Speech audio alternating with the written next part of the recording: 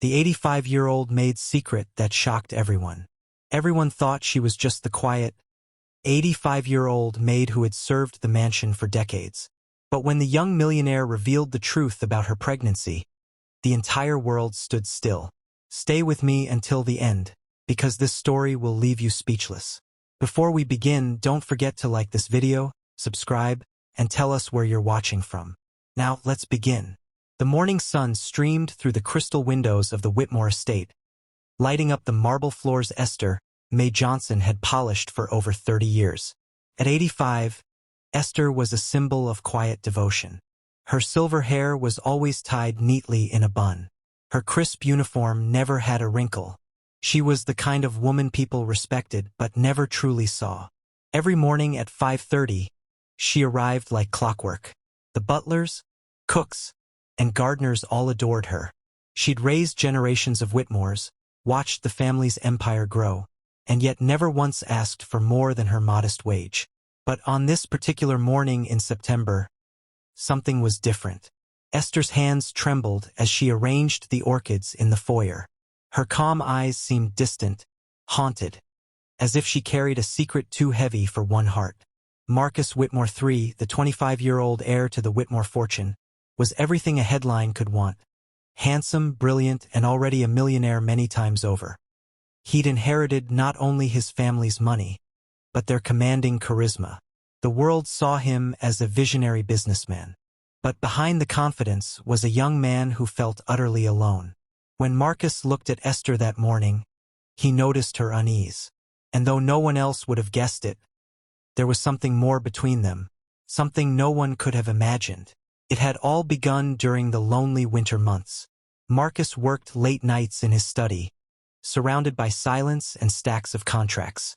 Esther, ever attentive, would bring him coffee, sandwiches, and gentle words of wisdom.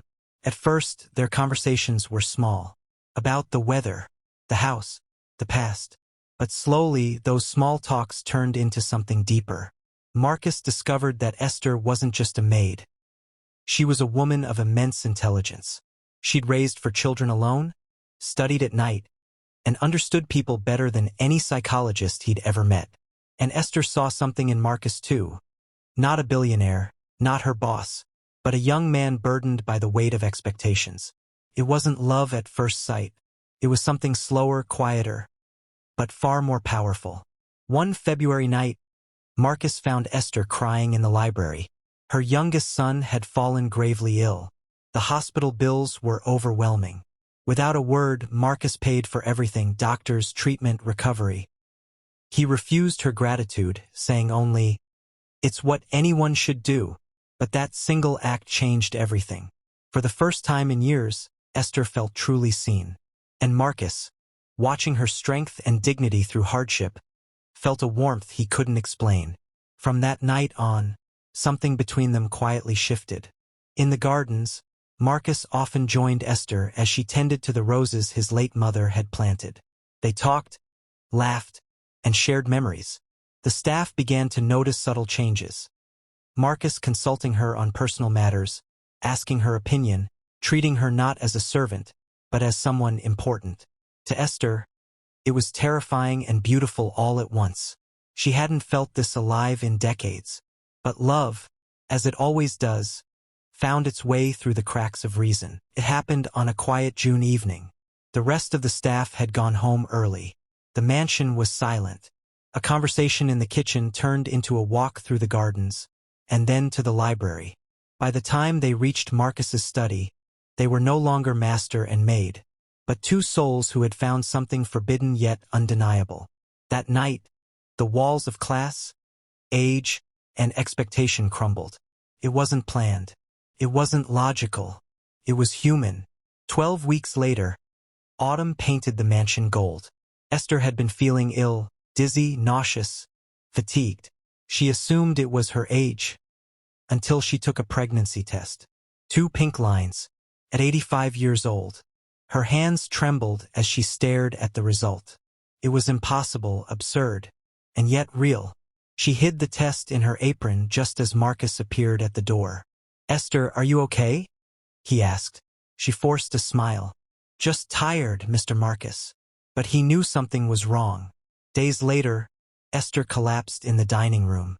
Marcus rushed her to the hospital, terrified.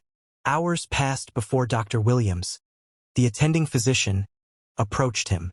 Mr. Whitmore, she said carefully. Esther asked that I speak to you first. She's awake. But there's something you need to know. Marcus's heart pounded as the doctor continued. Miss Johnson is pregnant. 14 weeks along. He froze. That's impossible. Under normal circumstances, yes, Dr. Williams replied. But we've run every test. It's real. When Marcus saw Esther, tears filled her eyes. I'm so sorry, she whispered. This shouldn't be happening. I feel like I've done something wrong. Marcus took her hand. No, you've done nothing wrong. Whatever this is, it's a miracle. But the doctors warned them both. The risks were unimaginable. High blood pressure, heart failure, the chances of survival slim. One evening, Dr. Sarah Chun arrived, a researcher in regenerative medicine. She'd studied Esther's medical records and discovered something astonishing. 15 years ago, she said, you received experimental stem cell therapy for arthritis, correct? Esther nodded. That treatment didn't just heal you. It began reversing your cellular aging. Your body has been slowly regenerating itself. That's why this pregnancy is even possible. Marcus's eyes widened. You mean, she's getting younger? Not younger, Dr. Chun said, smiling. But her cells function as though she were in her 30s. It's a scientific miracle. Months passed. Through complications, fear, and hope, Esther carried on. And then, on a quiet spring morning, the impossible happened. At 86 years old, Esther gave birth to a healthy baby girl. They named her Hope. Marcus wept as he held his daughter for the first time. Esther, exhausted but radiant, smiled through tears. Against every odd, every doubt, every cruel whisper, they had defied the impossible. Their story became a symbol of courage and love beyond boundaries. The maid who once lived in silence became a global inspiration. The millionaire who risked everything gained something priceless.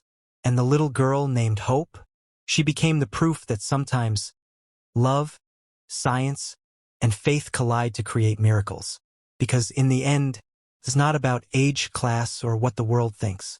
It's about the power of the human heart, to heal, to defy, and to begin again. If this story moved you, don't forget to like, comment, and subscribe for more powerful stories that prove miracles still happen. Until next time, stay inspired.